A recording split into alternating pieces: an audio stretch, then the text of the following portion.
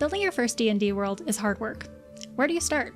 Hey there humans, my name is Caitlyn and welcome back to Delver. I'm not Sean. I'm actually Sean's fiance. Nice to meet you. I'm here just to talk a little bit about how fantasy D&D settings might be made. I have a Bachelor of Science in Astrophysics and Physics.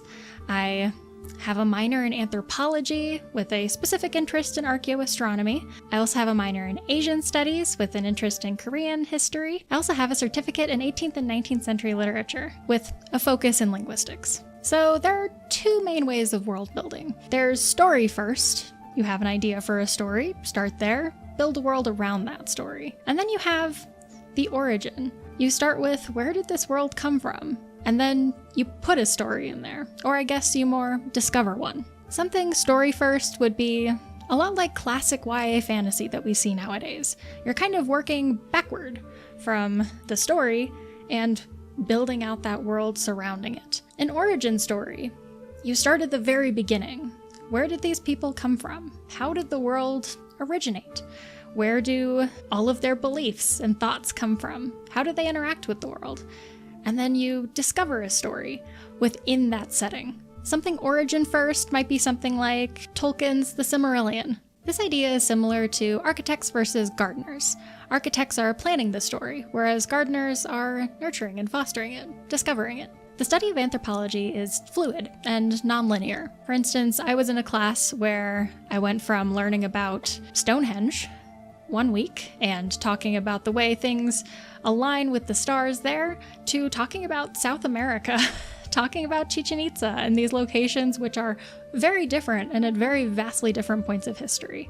It's very all over the place. Though something unique, we read history linearly, so it helps us connect things that are seemingly unrelated. When we're looking at history being read linearly, we have a great example in Middle-earth. The Silmarillion. Tolkien developed the languages of Middle-earth first. Quite a few of them, actually. The history then gave context to him building those languages. How did those languages change over time?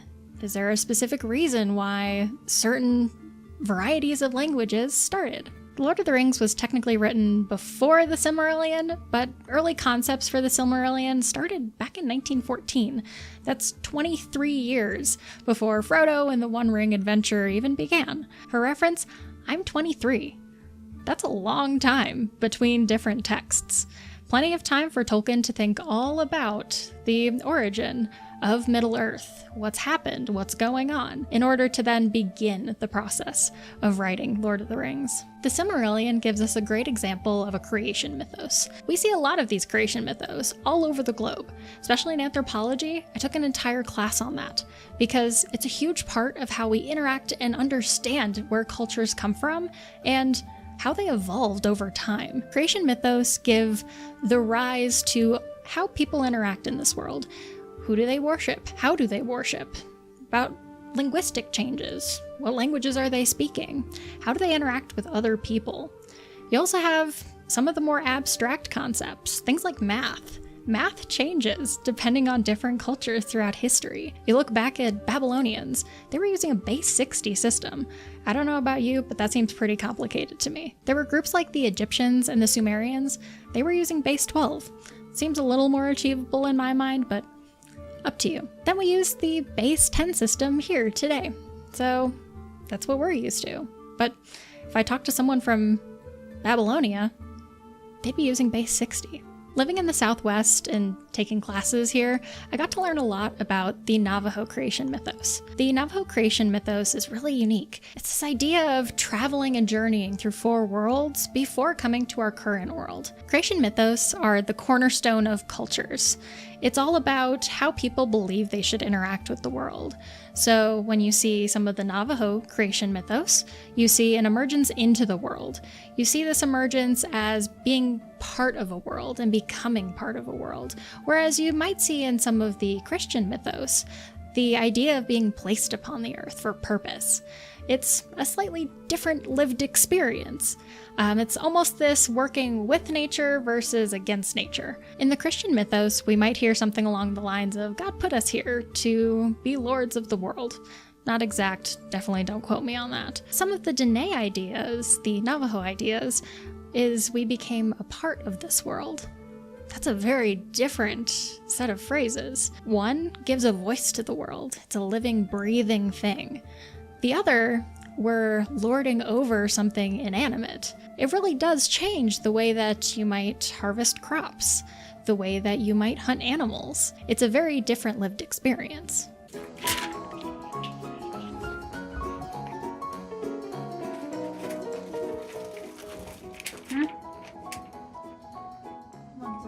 We have a Patreon and YouTube memberships. $4 a month, access to private chat in the Discord. You can join the Discord for free with the link below.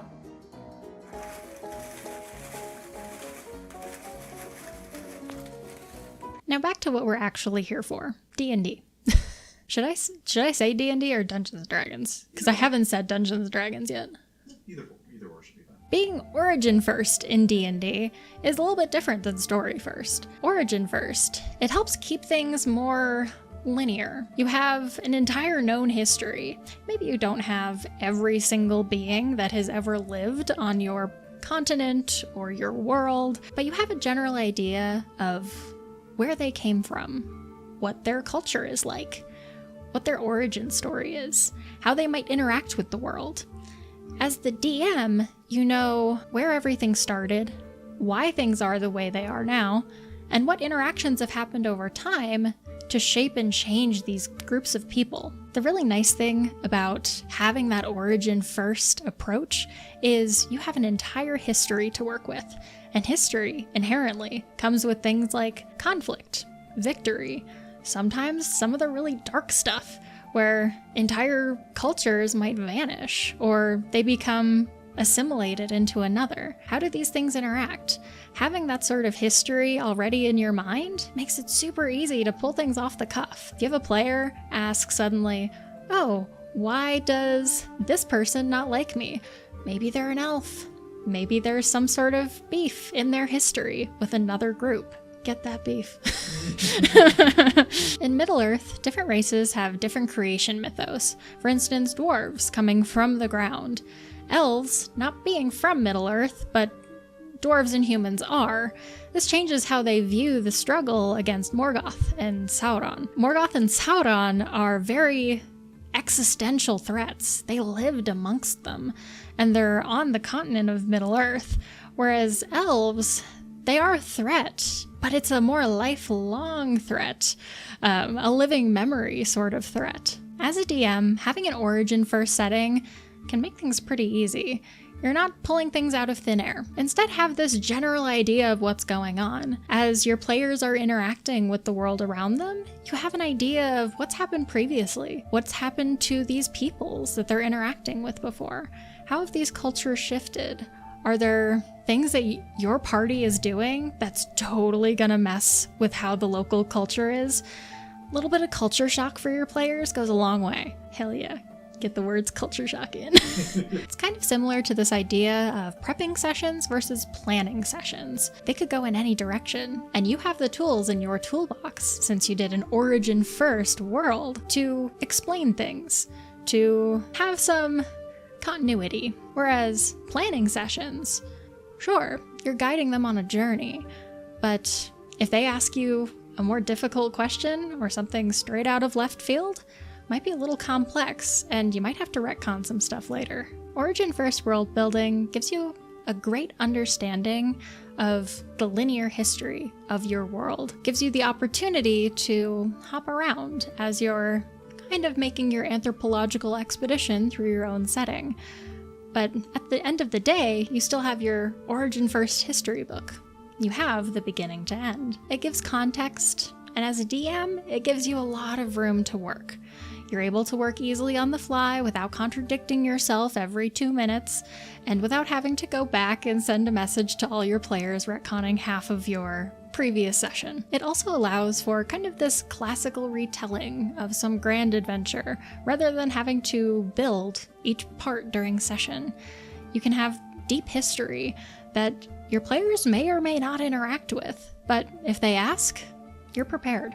Let me know if you're interested in learning more about how anthropology and cultural studies can help you world build in D&D. Thank you all for watching, and see you next time.